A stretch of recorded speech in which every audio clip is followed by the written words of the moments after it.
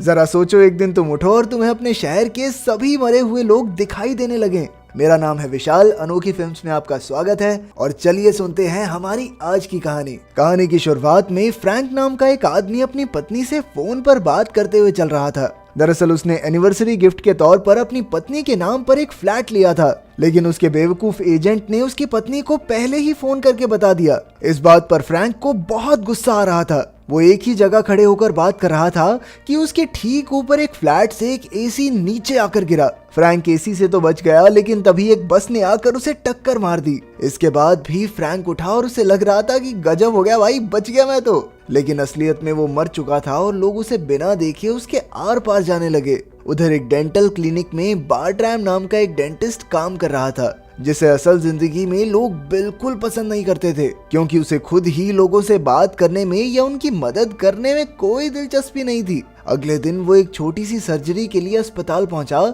जहां फॉर्म भरते वक्त उसने रिसेप्शनिस्ट से बहुत बदतमीजी से बात की। नर्स ने उसे ऑपरेशन थिएटर में ले जाते हुए उससे पूछा कि सर, ये छोटे से ऑपरेशन के लिए इतने बड़े बेहोशी के इंजेक्शन की क्या जरूरत है। इस पर बर्ट्रैम ने उससे भी बड़ी बदतमीजी से बात की। ऑपरेशन खत्म होने के बाद बर्ट्रैम ने डॉक्टर से कमरे में खड़े 2 अजनबी लोगों के बारे में पूछा, पर डॉक्टर को वहाँ कोई दिखाई नहीं दिया। इसके बाद हॉस्पिटल से बाहर निकलते ही बर्ट्रैम ने एक औरत से बात की, जिसे ये देखकर हैरानी हो गई कि बर्ट्रैम उसे कैसे देख सकता है, और इसके बाद उसने उसका पीछा करना शुरू कर दिया। उसके साथ कुछ ऐसा ही एक बुजुर्ग जोड़े की बारी में हुआ। धीरे धीरे काफी सारे लोग उसका पीछा करने लग गए। तभी एक आदमी ने रोड क्रॉस करते हुए बर्ट्रैम को आवाज मारी, और जब उसने मुड़कर देखा तो बस उस आदमी के बीच में से चली गई। अब बर्ट्रैम को कुछ समझ नहीं आ रहा था और वो इन सब से पीछा छुड़ाने के लिए कोने में जाकर छिप गया। अगले दिन उसने डॉक्टर से जाकर इस बारे में पूछा तो उन्होंने बताया कि ऑपरेशन के बीच में एनेस्थीसिया की वजह से उसे 7 मिनट के लिए हार्ट अटैक आया था।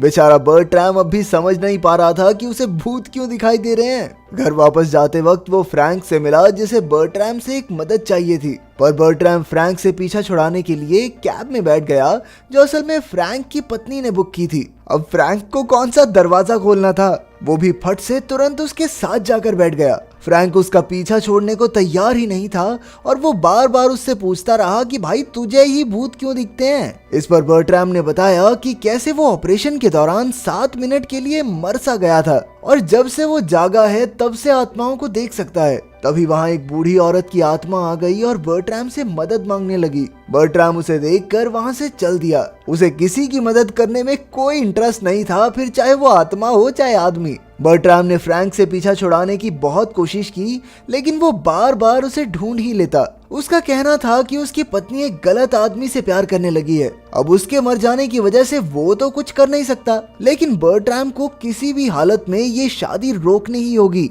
लेकिन बर्ट्रैम अब भी बिल्कुल नहीं बदला था। वो उसे फट से मना करके वहाँ से चला गया। रात को सोते वक्त बहुत सारी आत्माएं बर्ट्रैम के कमरे में आ गई, जिन्हें देखकर वो बुरी तरह डर गया। ये सभी आत्माएं उससे कुछ ना कुछ मदद मांगने आई थी। वो परेशान होकर वहाँ से निकलने लगा कि तभी फ्रैंक ने कहा, हाँ भाई, नहीं करेगा मेरी मदद? अभी तो थोड़े से लोगों को एड्रेस दिया है, तेरा पूरी भूतिया इंडस्ट्री में बांट दूंगा अगर मदद नहीं की तो। आखिरकार फ्रैंक से तंग आकर वो उसकी मदद करने के लिए तैयार हो गया। अगले दिन वो दोनों ग्वेन की एक कॉन्फ्रेंस में गए। वहाँ ग्वेन ने अपनी रिसर्च के बारे में बात की, जो एक मम्मी की मौत के बारे में थी, जिसकी मौत का राज आज तक कोई नहीं सुलझा पाया। इधर फ्रैंक और बर्ट्रैम मिलकर ग्वेन का रिश्ता तोड़वाने की प्लानिंग कर रहे थे। कॉन्फ्रेंस के बाद बर्ट्रैम ने सबसे पहले जाकर ग्वेन से उसकी टैक्सी छीनने के लिए माफी मांगी, लेकिन ग्वेन ने कुछ खास जवाब नहीं दिया। उस दिन के बाद से फ्रैंक उसे ग्वेन की सारी बातें बताने लगा। उसे क्या पसंद है क्या नहीं, सोती कितने बजे, उठती कब है, कौन सा रंग पहनती है, सब कुछ। कुछ दिन बाद ग्वेन और बर्ट्रैम एक दिन लिफ्ट में आमने सामने आ गए। ग्वेन को देखते ही बर्ट्रैम अजीब सा बर्ताव करने लगा और फिर बात को आगे बढ़ाने के लिए वो कहने लगा कि वो ग्वेन की उसकी रिसर्च में मदद कर सकता है। जिसके बाद उन्होंने अगले दिन मिलने का प्लान बनाया। अगले दिन बर्ट्रैम सुबह से ही ग्वेन से मिलने की तैयारी में लग गया था। उसने अपना चाल ढाल, कपड़े, सब कुछ बदल दिया। औरत का चक्कर बाबू भैया, औरत का चक्कर।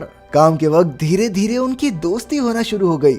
दोनों ने साथ में थोड़ी हंसी ठिठोली भी की और ग्वेन ने फिर बर्ट्रैम को मम्मी का कंकाल भी दिखाया। काम खत्म होने के बाद भी दोनों ने साथ में थोड़ा वक्त बिताया, जिस दौरान ग्वेन कहने लगी कि उसके एक दांत में काफी वक्त से थोड़ा दर्द है। बस मौका मिलते ही बर्ट्राम तो तुरंत टूट पड़ा। ओ यार ग्वेन, तेरा यार डेंटिस्ट है, तू दांत में दर्द लिए घूम रही है। और इससे पहले कि उनका कुछ रोमांटिक सीन बन पाता, वहाँ पर कुछ आत्माएं उन्हें परेशान करने पहुँच गई।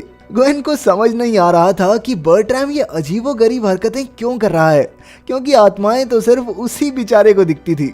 जल्द ही ग्वेन का बॉयफ्रेंड रिचर्ड भी वहाँ आ गया और जाने से पहले उसने बर्ट्राम को बड़े प्यार से डिनर पर इनवाइट किया। उसी रात डिनर पर रिचर्ड ने बर्ट्राम को एक नौकरी का ऑफर दिया, लेकिन बर्ट्राम ने उसके ऑफर को मजाक में ही टाल दिया। दूसरी ओर फ्रैंक बैठकर पूरा टाइम रिचर्ड में कमियां ही ढूंढ रहा था।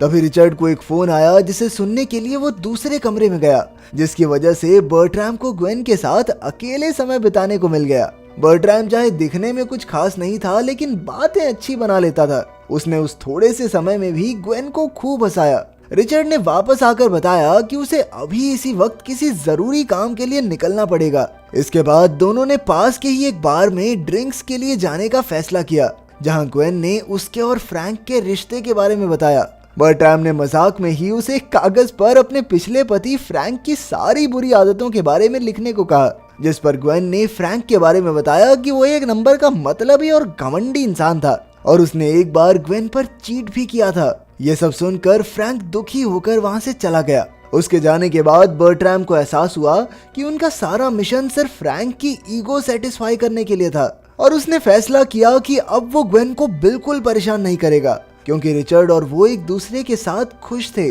पर फ्रैंक ने उसे धमकी दी कि अगर उसने उसकी बात नहीं मानी तो वो उसकी जिंदगी को नर्क बना देगा। अगले दिन क्लिनिक में एक इमरजेंसी पेशेंट आया, जो कि कोई और नहीं बल्कि रिचर्ड ही था। ट्रीटमेंट के बीच में उसने बताया कि ग्वेन के साथ उसका कुछ सही नहीं चल रहा। उसी दिन शाम को फ्रैंक बर्ट्राम से मिला और मिशन पूरा करने को कहा, पर बर्ट्राम ने उसे बताया कि मिशन खुद ब खुद पूरा हो चुका है, क्योंकि रिचर्ड और ग्वेन अब शादी कर ही नहीं रहे और ऊपर से ग्वेन 6 महीने के लिए काम से इजिप्ट जाने वाली है। पर फ्रैंक के चक्कर में ये सब करते हुए बर्ट्राम को खुद कब ग्वेन से प्यार हो गया उसे पता ही नहीं चला। अब बर्ट्राम खुद ग्वेन का दिल जीतना चाहता था। इस बात को फ्रैंक ने बिल्कुल सीरियसली नहीं लिया कि इससे थोड़ी पट जाएगी लड़की मोटे पटार से। कुछ दिनों बाद ग्वेन और बर्ट्राम वॉक के लिए मिले, जहां बर्ट्राम ने उसे एक महंगी कीचेन तोहफे में दी। पर चीजें तब खराब हुई जब बर्ट्राम के मुंह से एक ऐसी बात निकल गई जो सिर्फ फ्रैंक को पता थी। इसके बाद ग्वेन को उस पर शक होने लगा कि ये आदमी मेरे बारे में इतना कैसे जानता है। इसके बाद उसने ग्वेन को पूरा सच बताने की कोशिश की, लेकिन ग्वेन को उसकी बातों पर भरोसा नहीं था। अपनी बात को सच साबित करने के लिए बर्ट्राम ने उसे फ्रैंक के बारे में कोई भी सवाल पूछने को कहा। जा बेटी, खुली छूट है, जो मर्जी पूछ ले। पर ग्वेन के सवाल पूछने पर फ्रैंक ने जानबूझकर गलत जवाब दे दिया, जिसके बाद ग्वेन बर्ट्राम को झूठा समझकर उसका तोहफा वापस करके वहां से चली गई। जाते जाते फ्रैंक ने बर्ट्राम से कहा कि वो ग्वेन को एक और मतलबी आदमी के साथ नहीं देख सकता। उसने जीते जी बहुत सी गलतियां की हैं, लेकिन बर्ट्राम भी एक नंबर का मतलबी आदमी है। बर्ट्राम उदास होकर एक बेंच पर बैठ गया, जहां बैठे बैठे कब शाम हुई उसे पता ही नहीं चला। तभी एक बूढ़ा कपल उसके पास कुछ मदद मांगने के लिए आया, लेकिन उसने इस बार भी हमेशा की तरह उनकी मदद करने के लिए मना कर दिया। अगले दिन वो काम पर समय से पहले ही पहुंच गया, जहां उसने अपनी हालत अपने साथ काम करने वालों को बताई। उसके एक कलीग ने उसे सलाह भी दी कि भाई किसी डॉक्टर को दिखा, दवाई ले तू। उसने वहां पर आइंस्टाइन की कही एक बात भी पढ़ी कि दूसरों के लिए जिया गया जीवन ही असलियत में जीने लायक है। ये बात पढ़ते ही बर्ट्राम का जिंदगी जीने का नजरिया ही बदल गया।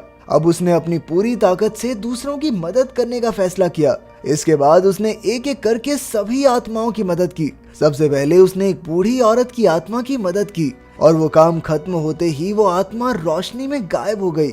एक बार उसने अपने पेशेंट के मरे हुए पति की मदद भी की। कुछ दिनों बाद वो ग्वेन से मिलने उसके एक लेक्चर में गया। लेक्चर खत्म होने के बाद वो उसे समझाने की कोशिश करने लगा कि अब मैं बदल गया हूँ, बहुत अच्छा आदमी बन गया हूँ मैं अब। और साथ ही उसने बताया कि फ्रैंक की आत्मा की शांति के लिए उसे फ्रैंक को भुलाकर जिंदगी में आगे बढ़ना होगा। और जैसे ही ग्वेन बिना जवाब दिए वहां से जाने लगी, तो उसने देखा कि बर्ट्राम खुद से ही बातें कर रहा था। अब उसे न जाने क्यों यकीन हो गया कि बर्ट्राम सच में फ्रैंक की आत्मा से बात कर रहा था। जैसे ही बर्ट्राम ग्वेन को फ्रैंक की बात कहने आया, तभी उसे एक गाड़ी ने टक्कर मार दी। अगले ही मिनट उसे एहसास हुआ कि अब वो मर चुका है और अब वो ये सारी चीजें फ्रैंक के साथ खड़ा होकर देख रहा था। पर तभी वहाँ रिचर्ड पहुंच गया और उसने वक्त रहते बर्ट्राम को फर्स्ट एड दे दिया, जिस वजह से आखिरकार उसकी जान बच गई।